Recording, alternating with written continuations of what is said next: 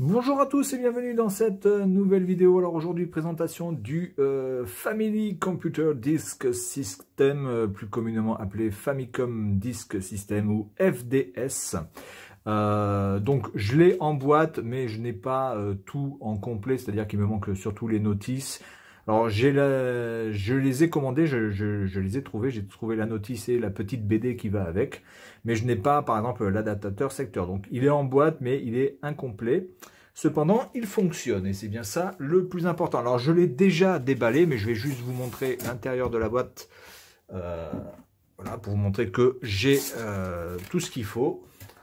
Le dessus, l'intérieur. Donc ici avec le petit périphérique de RAM qui est obligatoire si vous voulez faire fonctionner votre disque système. Sans ça, ça ne fonctionnera pas puisque vous avez besoin de mémoire et vous avez besoin aussi de passer via le port cartouche de la Famicom ou de la Twin Famicom, oui parce que ça fonctionne aussi sur la Twin Famicom, pour pouvoir lancer vos disques. Voilà, donc la référence de ça, si jamais vous avez un Famicom Disk mais que vous n'avez pas la RAM, c'est HVC 023. Voilà, j'ai même reçu en plus des courroies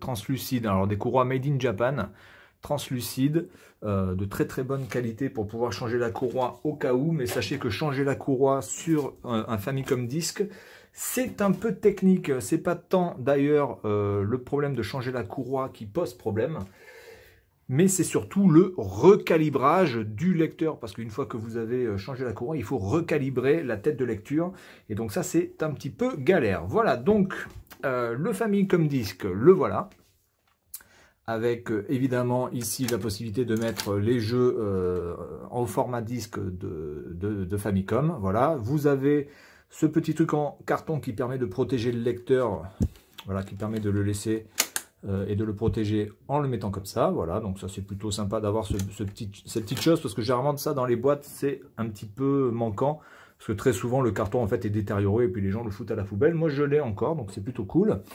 Comment ça se présente?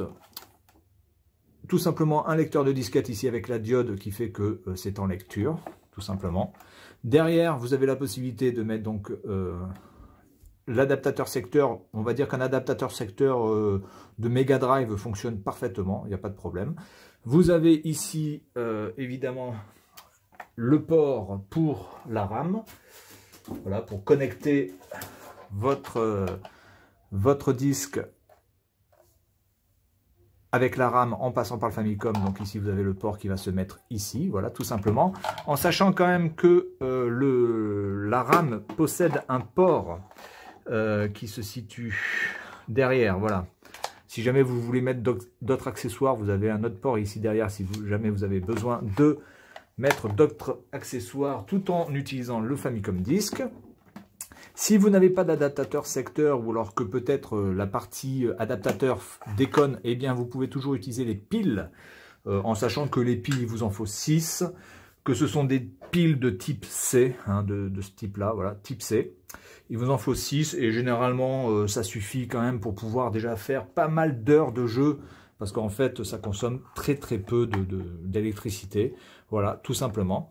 Alors le Famicom Disk avait été surtout designé pour pouvoir prendre la Famicom sur le dessus. Vous voyez, vous pouvez voir que ce sont exactement les mêmes dimensions au niveau de la largeur, donc il n'y a pas de problème. Alors si vous vous dites c'est quoi cette Famicom, c'est pas une Famicom spéciale, c'est une Famicom que j'ai repeinte, on va dire un petit peu à la méthode à l'arrache, comme je sais faire, parce qu'elle était vraiment dans un état plus que pitoyable, tant par la couleur jaune qui était irrattrapable, que par les rayures. Donc du coup, je me suis lancé dans un petit délire de la repeindre et de remettre voilà, des petits stickers Nintendo Famicom et tout le bordel comme il faut, de repeindre aussi les manettes, parce que c'était une console voilà, qui était vraiment dans un état pitoyable. Bon, en même temps, je l'avais acheté, je pense même pas à peine 10 balles, donc il fallait pas trop en demander.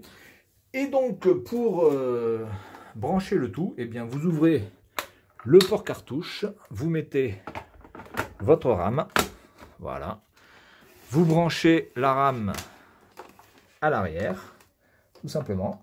Voilà. Dans le bon sens si possible. Ok. Et voilà.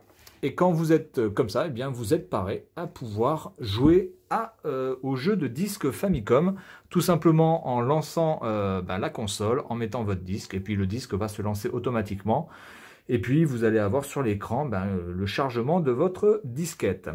Alors, il faut savoir aussi que si jamais votre Twin Famicom, votre Sharp Twin Famicom que je vous avais présenté, qui est une machine de chez Sharp, mais qui combine les deux, c'est-à-dire qui combine le Famicom et le disque. Si jamais vous avez un problème avec votre Twin Famicom au niveau du disque, sachez deux choses. Première chose, si vous branchez le Twin Famicom avec le disque Famicom, ça fonctionne. Donc vous allez pouvoir lancer vos jeux avec ce périphérique extérieur.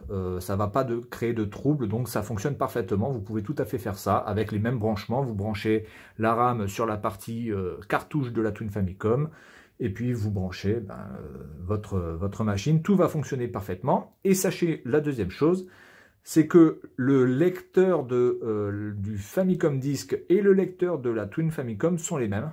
Donc vous pouvez les interchanger. Il n'y a pas de problème de connexion, de connectique, de format, de taille de vis pour pouvoir... Tout est pareil. Donc si jamais vous voulez échanger les lecteurs, eh bien vous pouvez aussi le faire sans aucun problème. Voilà, donc c'est tout pour la présentation de ce Famicom Disk System, qui était quand même une révolution à l'époque. Vraiment d'avoir ce type d'appareil au milieu des années 80, c'était quand même déjà assez énormissime d'un point de vue technologique. C'était un appareil qui coûtait cher. Sachez aussi que les jeux que vous achetiez en format disque, eh bien vous pouviez effacer les jeux et réinscrire de nouveaux jeux sur vos disques de manière totalement officielle via des bornes qui se trouvaient au Japon, uniquement au Japon bien sûr, et vous payez et vous pouviez avoir un nouveau jeu sur votre disquette. Donc ça c'était plutôt cool. Voilà, donc c'est vraiment, je trouve que c'est vraiment une idée très très sympa.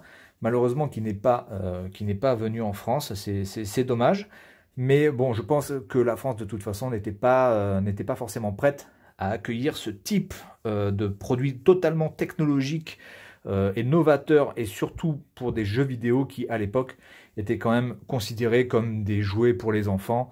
Et ça, je pense que c'était un petit peu trop compliqué pour que les gens puissent acheter ça pour leurs enfants dans les années, au milieu des années 80 en France. Voilà, donc c'est tout pour cette vidéo.